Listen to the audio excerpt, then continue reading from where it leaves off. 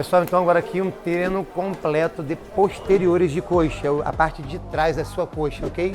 Então a mesma coisa, eu preciso pensar de forma estratégica e inteligente, dando ênfase nos exercícios que são mais isolados. Então, mesa flexora, cadeira flexora, flexora de joelho, unilateral. Então, Priscila, vamos lá. Vamos fazer ali, mesmo esquema, tá, galera? 4 séries de 8 a 12. Então, vamos lá, fez lá as suas 9 repetições, tal, 10, chegou na 11ª, morreu. Ok, vamos fazer agora um stiff unilateral, um segredinho que ninguém sabe. Acompanha aí. Então, galera, continuando, fizemos então a flexora de joelho, ela começou com a perna direita.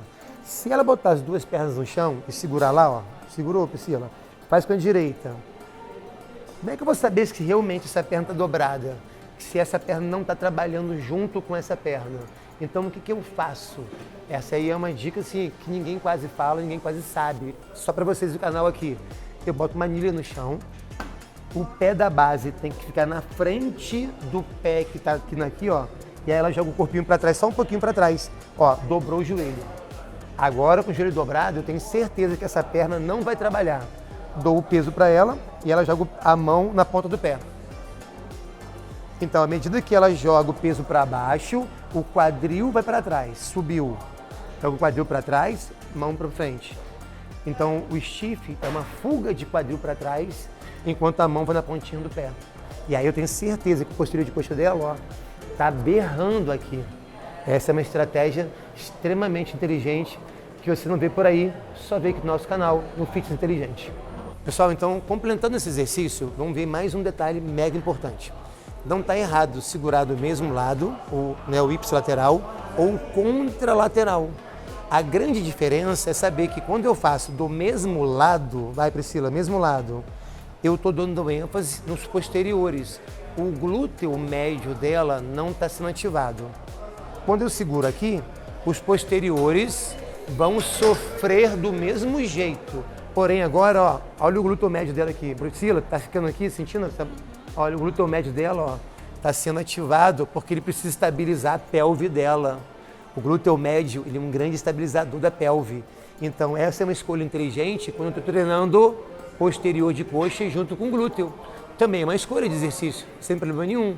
Só que hoje o foco é nos posteriores, então de forma inteligente eu seguro do mesmo lado. Então, pessoal, existem várias maneiras de fazer, né, esse conjugado de exercício. Eu escolhi o banco romano para vocês aprenderem de uma forma diferente, ok? Não quer dizer que tem que ser essa sequência, nem essa é a melhor. É só uma sequência inteligente. O banco romano tem algumas particularidades. Por exemplo, esse banco romano ele não consegue descer mais. Então, Priscila, entra para mim lá. Então, o calcanhar dela está seguro para ela não cair, só que o quadril dela está muito baixo. Eu precisava de um quadril um pouquinho mais alto. Então eu vou usar a anilha de 2 ou de 5 no calcanhar dela. Por quê? O step pode ficar muito alto e o calcanhar dela sair dali e ela cair e se machucar. Então, Priscila, entra para mim no aparelho e pisa para mim lá agora nas anilhas. Pronto, ganhamos um pouquinho de amplitude aqui, certo, Priscila? Sentiu a diferença? Desce para mim lá agora, desceu e subiu. Primeiro ponto importante que ninguém sabe. Vou baixar só um pouquinho aqui, Priscila. Isso aqui, ó. Pessoal, repara aqui, ó, na lombar dela. Início da lombar dela, vértebras lombares, torácicas. Vai descendo, Priscila, de qualquer maneira. Ó, reparou o que alongou? Ela perdeu a conexão do glúteo e posterior e virou agora uma flexão torácica. Volta, Priscila, devagarzinho. Oh, parou. Aqui ela voltou a ter conexão dos posteriores de coxa e glúteo. Então, limitar o ângulo também é estratégico, dependendo do tamanho do aluno, do quanto ele consegue dobrar esse quadril sem necessariamente dobrar no tórax, aqui, ó, quebrar no tórax aqui, ó. Você não pode quebrar no tórax. Então, Priscila voltou, posição aqui retinha aqui em cima, desceu, posterior ativado, aí parou, voltou. Só que, se ela voltar até a posição inicial, nesse momento aqui agora, o glúteo entra em ação, estabilizando o tronco dela. Ele se torna um grande estabilizador do tronco, do tórax. Então, qual é a estratégia para enfatizar o posterior? Vai lá embaixo, até onde ela pode ir. Oh, parou, volta. Só até aqui, ó. De novo, Priscila, desceu, subiu. Eu não estou fazendo então uma extensão total de quadril, eu não estou ativando o glúteo. Estou ativando o posterior de coxa dela. Vou deixar ela subir. Priscila, subiu, subiu, subiu. O que aconteceu? Ó, o glúteo dela se contraindo, ó. Não pode. Então, para isso, dou uma carguinha para ela. Priscila, movimento curtinho com uma carga, vai. Sobe pouco, ó, desceu. Sobe pouco, desceu. Ó, tá agora sim, agora tá, ó, tá tremendo aqui esse posterior.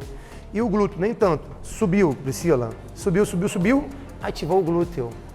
Sacaram? Então, esse é um detalhe que quase ninguém faz e que faz toda a diferença do posterior para o glúteo, já que o banco romano também é um exercício inteligente e estratégico para o posterior e para o glúteo, mas eu consigo fracionar ele. Sabe por quê? Porque eu sou fitness inteligente. Vem com a gente. Então, pessoal, fizemos então todos esses exercícios até agora de forma isolada e vamos ter esse próximo exercício, cadeira flexora. Qual é a diferença da cadeira flexora para a mesa flexora? Isso é muito importante, porque a gente descobriu isso de fato real de 2 anos para cá, com alguns estudos recentes. A cadeira flexora, ela tem um componente diferente da mesa, que é, ó, o corpo está dobrado, ou seja, eu estou em flexão do quadril, ó. Então esse movimento aqui da coxa com o tronco dela me forma já um L, um ângulo de 90 graus. E isso já está alongando o glúteo e alongando o posterior. Então, quando ela faz o movimento, ó, por estar alongado na porção proximal, perto do bumbum, a cadeira flexora tem um componente hipertrófico até maior do que a mesa flexora. Mesma flexora deitado pegando cargas maiores. Olha que interessante isso. Então, a cadeira flexora com cargas menores hipertrofia tanto ou mais do que a mesa com maiores cargas. Então, eu paro de fazer ela? Não, são complementares. Então, aqui eu tenho uma hipertrofia mais regional na região medial do meu posterior. A mesa flexora na região mais próxima do joelho. Então tem diferença na hipertrofia não homogênea, que a gente chama, ou heterogênea. Então esse é um bom exercício para poder a gente às vezes fechar um treino isolado de posteriores. Bom, e é isso. Se você gostou, clica aqui, dá um like pra gente, segue o canal, porque só aqui você encontra essas dicas. Um abraço.